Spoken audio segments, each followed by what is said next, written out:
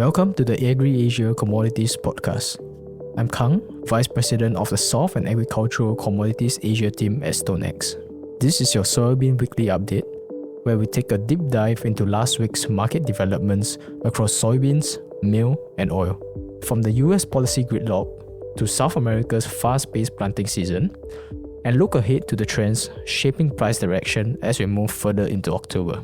With several key USDA reports delayed, market transparency remains limited, leaving traders uncertain and price discovery sluggish. Even with the data gap, the market continues to hold on to some optimism that a trade deal with China could eventually materialize. At the same time, soybean harvest across the Midwest remains active, with generally solid yield reports offsetting persistently soft export demand. Overall, the market ended the week caught between weak fundamentals and light short covering optimism. Here's how the week closed out across the soybean complex. The November 2025 soybeans rose 4.25 cents per bushel, a 0.42% weekly gain, finishing at $10.18 per bushel. The December soybean meal added $4 per short ton, or 1.467% to close at $278.60. Meanwhile, the December soybean oil contract eased 14 points, which is down 0.28%, to 50.05 cents per pound. So, we saw modest strength in beans and meal, while oil lagged slightly, a theme we have seen several times this quarter. Now shifting to South America, where strong export performance continues to weigh on US competitiveness, both Brazil and Argentina have maintained aggressive export programs, and combined shipments in September were sharply higher than last year. Preliminary data indicates South American exports rose by roughly 2.4 to 2.6 million metric tons compared to the same month in 2024. Argentina was the main driver, exporting between 2.3 and 2.5 million metric tons, up dramatically from just 0.3 million a year ago. Most of the 95% of that volume went directly to China. Brazil also stayed active, shipping 6.5 million metric tons from September 1st to 29th, versus 6.1 million metric tons for the full month a year earlier. This surge in South American shipments continued to cap US export potential and keeps overall global soybean supply relatively well balanced, despite uncertain demand. In Argentina, soybean inventories are expected to decline sharply during the October to December period.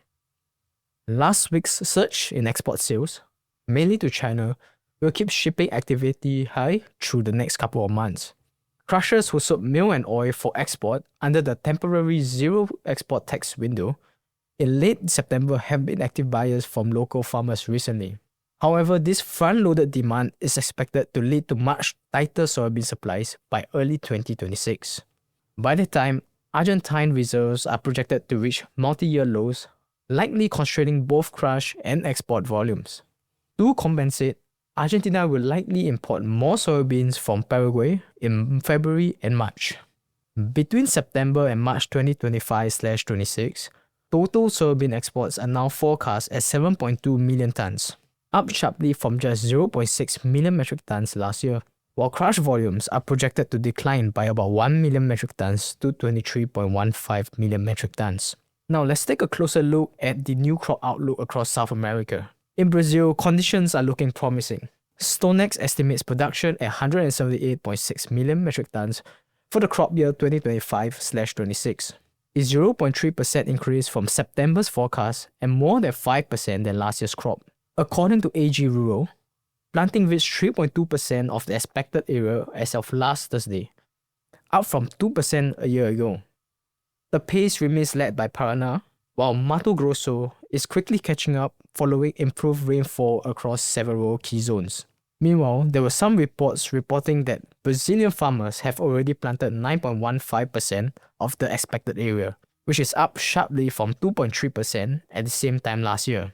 In Argentina, the outlook is more challenging. LSEG Research and Insights expect soybean production at 47.4 million metric tons, down almost 7% from last season, as many farmers continue to shift land to corn and brace for potential La Niña conditions, which could bring hot and dry weather during the crop's key growth stages.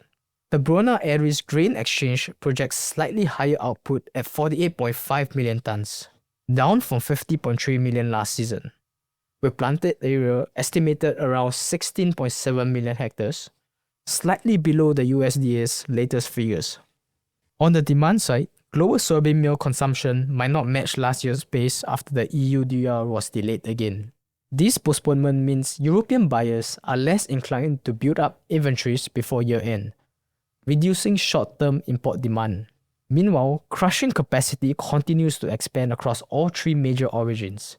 The US is bringing new plants online this month. Brazil is expanding its crush sector under the biodiesel policy support. And Argentina's earlier tax-driven export surge could put additional pressure on margins.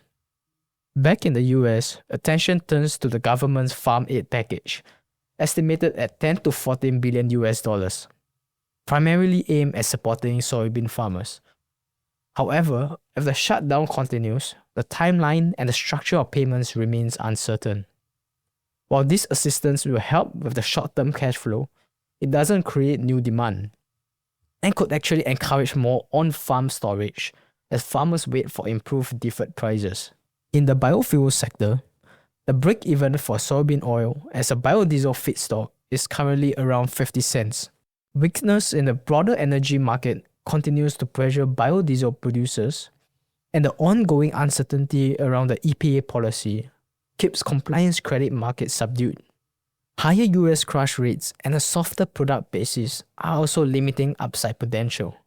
Oil share and crush margins remain historically elevated, and with policy direction still unclear, another test of recent lows can't be ruled out.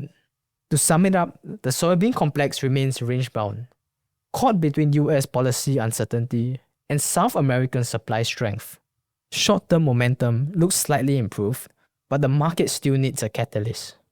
Whether from weather, policy clarity, or demand recovery, to break out of its current pattern. That's all for this week's episode of the AgriAsia Commodities Podcast. I'm Kang, Vice President of the Soft Agricultural Commodities Asia team at StoneX. Thanks for tuning in, and I'll be back with more insights into the global oilseed and agricultural markets. Until then, trade safe and stay informed. This podcast is for informational purposes only and is not a recommendation to trade, an investment research, or an offer to buy or sell any financial product. It does not take into account your particular investment objectives, financial situation, or needs. The trading of financial products such as futures, options, or swaps involves a substantial amount of risk and may not be suitable for everyone. Past results are not indicative of future performance. You are advised to perform an independent investigation of any transaction to determine whether any transaction is suitable for you.